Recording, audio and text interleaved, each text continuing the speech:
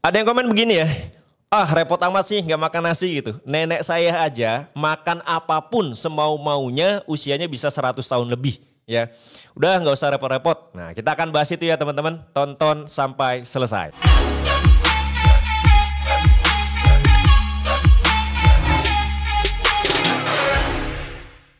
Bismillahirrahmanirrahim. Assalamualaikum warahmatullahi wabarakatuh teman-teman. Semoga semuanya sehat walafiat ya. Kita akan bahas tadi. Ya karena ada yang komen dan itu cukup banyak ya.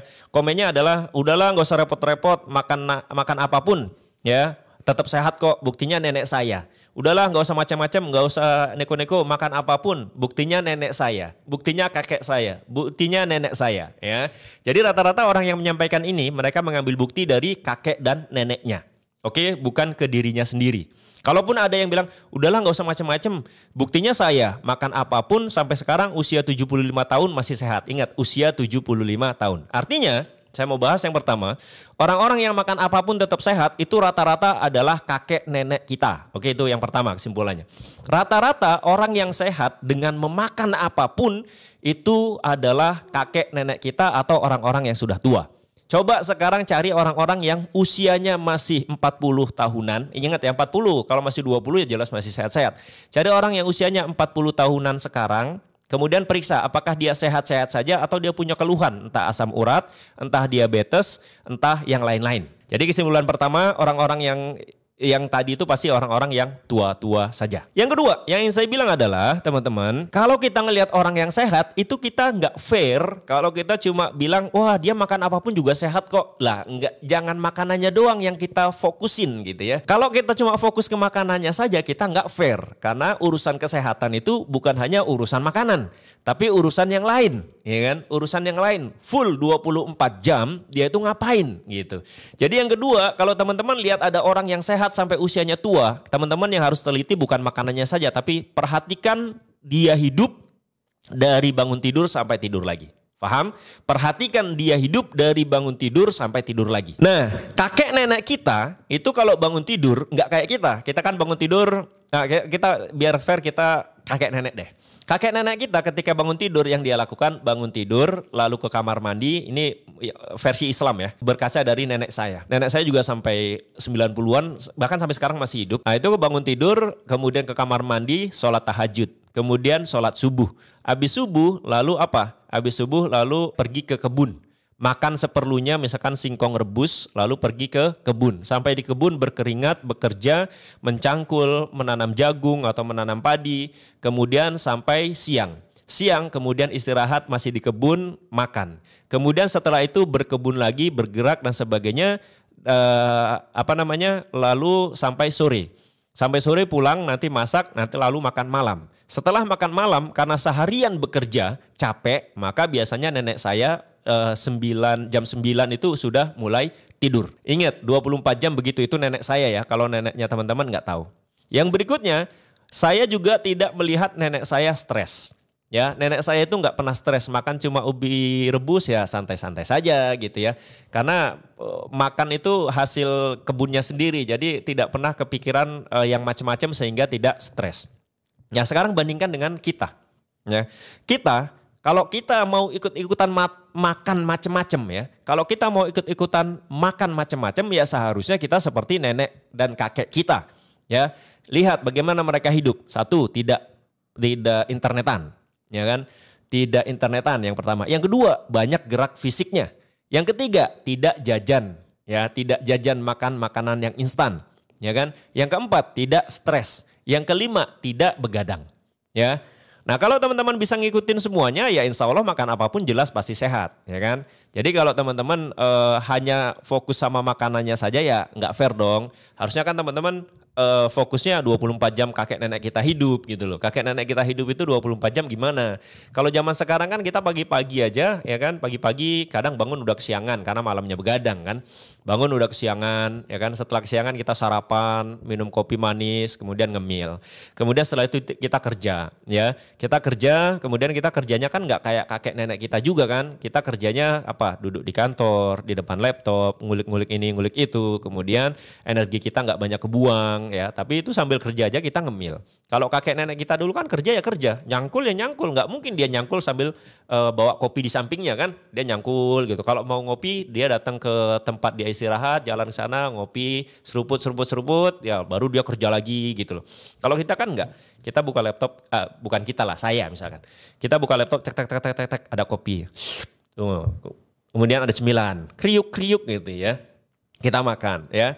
Sehingga apa yang terjadi? Kita energinya jarang keluar tapi masuknya banyak banget. Kita udah sarapan, kita ngemil, kita ngopi gitu ya. Nanti makan siang apa? Kita ikut makan siang ya kan. Makan siang nasi lagi, kemudian es teh lagi atau kopi kenangan atau boba atau mie gacoan atau apapun.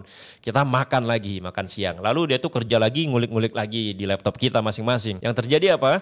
Tadi kita akhirnya kelebihan kalori, ujung-ujungnya kelebihan berat badan. Jadi saya cuma mau bilang itu aja sih ya teman-teman. Buat yang masih berdalih bahwa udahlah makan apapun yang penting ini gitu. Ya kalau mau lihat kakek nenek kita lihatnya jangan hanya yang dari yang dia makan saja. Tapi yang dia lakukan selama 24 jam itu ngapain gitu ya. Kemudian yang paling penting juga jangan stres ya. Jangan stres. Gini loh teman-teman. Banyak orang yang hidupnya sehat itu kalau diteliti pasti dia dalam tanda kutip stresnya sedikit. Ya, stres ini berbahaya bagi tubuh kita. Ya berbahaya itu misalkan kayak kita overthinking. Ya, overthinking itu nggak baik loh buat tubuh kita. Ya misalkan kita, wah jangan-jangan nanti gini, wah jangan-jangan nanti gitu, wah jangan-jangan nanti begini. Itu tuh nggak baik. Ada dalilnya juga bahwa kata Allah, aku itu sesuai dengan prasangka hambaku. Kata Allah ya. Jadi kalau kita berprasangka buruk, ya nanti lama-lama keburukan itu terjadi beneran gitu. Nah kalau orang dulu itu prasangkanya nggak begitu neko-neko, udahlah dia kerja besok makan, udah gitu aja gitu. Kalau kita kan nggak kan, prasangkanya banyak banget gitu. Nah ini prasangka ini kalau yang buruk overthinking ini itu nggak bagus. Ya belum lagi stres. Stres apa? Karena cicilan yang tidak terbayar-bayar, karena hutang, karena kerjaan nggak ada, karena masih jomblo, dan seterusnya. Dan sumber stres itu banyak sekali teman-teman ya. Jangan berpikir bahwa aku nggak stres kok gitu ya. Padahal kita stres gitu. Stres misalkan bisa datang dari sosmed. Ya, seperti yang sering saya bilang, kalau kita lagi scroll sosmed, lalu kemudian kita ngelihat ada si A yang kita bencinya luar biasa, misalkan saya benci nih sama Andi misalkan gitu ya. Saya benci banget nih sama Andi. Lalu pas scroll lihat Andi kok kayaknya hidupnya enak banget gitu. Ya, kalau kita udah benci sama orang tapi ngelihat hidupnya enak banget, itu kita gimana perasaannya? Manusiawi saja, pasti kita ngerasa stres gitu ya. Dia yang kita benci hidupnya enak banget, gua kayak gini gitu loh. Walaupun aku nggak gitu kok, aku nggak gitu kok, udah akui saja. Kalau kita ngelihat orang yang kita benci ternyata hidupnya enak banget, itu sedikit banyak pasti kita stres. Itu stres dari sosmed ya, kalau kita ngelihat orang yang kita benci. Belum lagi stres yang lain, misalkan kita buka sosmed ngelihat kasus perselingkuhan. Ya kan, ada Virgon selingkuh, ya kan, ada Desta katanya cerai sama istrinya, mau cerai gitu ya. Ada siapa lagi, Ari Wibowo, semuanya berita menggambarkan tentang perselingkuhan, ya kan, atau perceraian. Lalu kita ketika ngelihat nih ibu-ibu nih biasanya nih, pas ngelihat itu, lalu kemudian, waduh, jangan-jangan suamiku kayak gitu ya. Pantes suamiku kok sekarang jarang pulang, pantes kok suamiku sekarang udah berubah, kok suamiku gak seperhatian dulu. Nah itu apa? Itu stres, overthinking. Akhirnya yang terjadi apa? Yang terjadi orang-orang yang stres itu kortisolnya naik ya, hormon kortisol di otak. Dan kalau kortisol itu naik banyak efek buruk yang mungkin bisa terjadi ya. Jadi ingat ya, sehat atau tidaknya kita itu juga sangat bergantung dengan stresnya kita. Dan stres itu bisa datang kalau zaman sekarang banyak sekali stres itu datang dari berita-berita atau dari sosmed, ya kan? Berita perselingkuhan atau berita apa lagi? Berita korupsi itu pun bikin stres. Ya, contohnya nih. Wah, tangkap tangan, ada yang korupsi, ya kan? Pegawai pajak. Lalu kita stres nih. Aku udah bayar pajak susah-susah ternyata dikorupsi. Ya kita walaupun begitu doang, itu tuh udah stres namanya gitu loh. Dan itu udah bikin kita stres, akhirnya kesehatan kita terganggu. Belum lagi overthinking yang lain kan.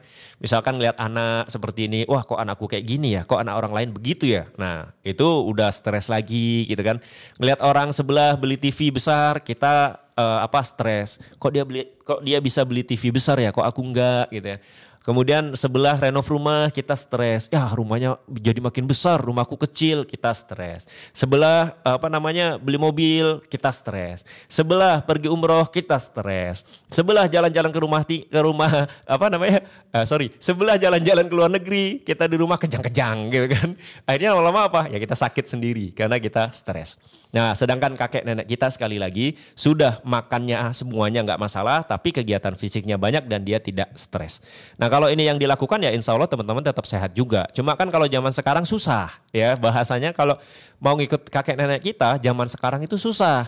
Susahnya apa? Jajanan itu sudah ada nih, kita pulang ini sepanjang jalan ada yang jual martabak, ada gorengan, ada bubur, ada ini banyak lah. Kemudian kita mau nggak sosmedan nggak mungkin karena udah zamannya sosmedan. Maka kalau ada yang bisa kita kendalikan, kita kendalikan. Misalkan saya bisa mengendalikan tidak makan ini, ya sudah itu yang kita kendalikan. Kalau teman-teman tidak bisa mengendalikan makannya, kendalikan stresnya atau kendalikan fisiknya untuk bisa bergerak lebih banyak. Nah seperti itu saja sebenarnya ya teman-teman. Dan walaupun saya bilang saya tidak makan nasi, itu bukan berarti saya memaksa teman-teman, nggak boleh makan nasi dan sebagainya. Enggak, saya bercerita tentang pengalaman saya saja.